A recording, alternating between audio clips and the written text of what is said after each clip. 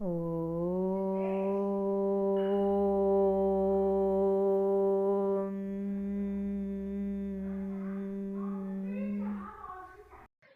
नमस्कार.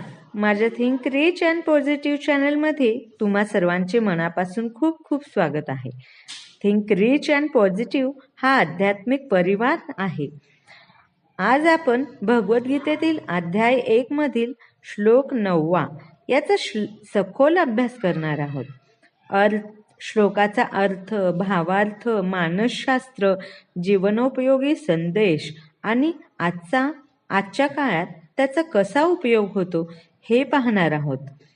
श्लोक: अन्ये च बहवः शूरा मदर्थे त्यक्त्य जीवितः नानाशस्त्रप्रहरानः सर्वे युद्ध विशारदः.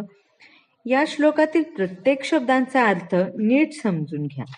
अन्ये म्हणजे इतरही, च म्हणजे तसेच, बहवः म्हणजे अनेक, शूरः म्हणजे पराक्रमी योद्धे, मदर्थे म्हणजे माझ्यासाठी, त्यक्त जीवितः म्हणजे प्राण अर्पण करण्यास तयार, नाना म्हणजे विविध, शस्त्रे म्हणजे शस्त्रे, प्रहरणः म्हणजे हाताळणारे, सर्वे म्हणजे सर्व, युद्ध विशारद म्हणजे युद्धकलेत पारंगत.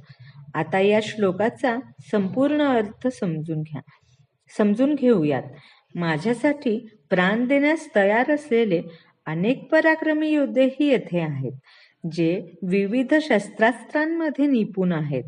आता आपण या श्लोकाचा भावार्थ नीट समजून घेऊयात. दुर्योधन आपल्या सेनेची ताकद दाखवताना सांगतो की त्याच्यासाठी प्राण अर्पण करण्यास तयार असलेले अनेक योद्धे त्याच्या बाजूला आहेत. पण या वाक्यातून त्याची भीती आणि असुरक्षितता अधिक स्पष्ट होते. कारण जो स्वतःवर विश्वास ठेवतो तो अशा घोषणा करत नाही. हा श्लोक युद्ध सुरू होण्यापूर्वी दुर्योधन आपल्या गुरु द्रोणाचार्यांशी बोलतो आहे. तो आधी पांडव सेनेची ताकद पाहून मनातून अस्वस्थ झाला आहे, म्हणून आपल्या सेनेची शक्ती शब्दातून मोठी करून दाखवत आहे. या श्लोकातून मानसशास्त्र सांगते की जो नेता स्वतः सुरक्षित नसतो तो आपल्या लोकांकडून अत्यधिक निष्ठा अपेक्षित करतो. या श्लोकातून तत्वज्ञानात्मक एक गूढ सत्य उघड होते की शक्ती बाहेरून असली पण धर्म नसला तर ती शक्ती विनाशाला कारण ठरते. या श्लोकातून असा जीवनोपयोगी संदेश मिळतो की आपणही आयुष्यात जेव्हा आतून अस्थिर असतो तेव्हा आपल्या आजूबाजूच्या लोकांची नावे घेऊन स्वतःला धीर देतो. गीता शिकवते की खरी शक्ती बाहेर नसून आतल्या शांततेत आहे.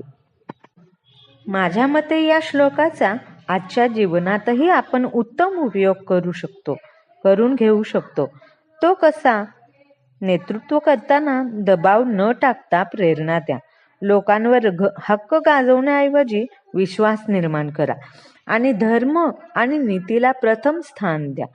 गीतेचा 9वा श्लोक आपल्याला सांगतो की जो स्वतः स्थिर आहे तो दुसऱ्यांच्या निष्ठेची जाहिरात करत नाही. जर तुम्हाला असेच गीतेचे श्लोक सखोल अर्थासह ऐकायला आवडत असतील तर कृपया व्हिडिओला लाईक जरूर करा. थिंक रिच अँड पॉझिटिव्ह चॅनलला सबस्क्राईब करा आणि हा दिव्य संदेश इतरांपर्यंत पोहोचवा. श्रीकृष्णार्पणमस्तु.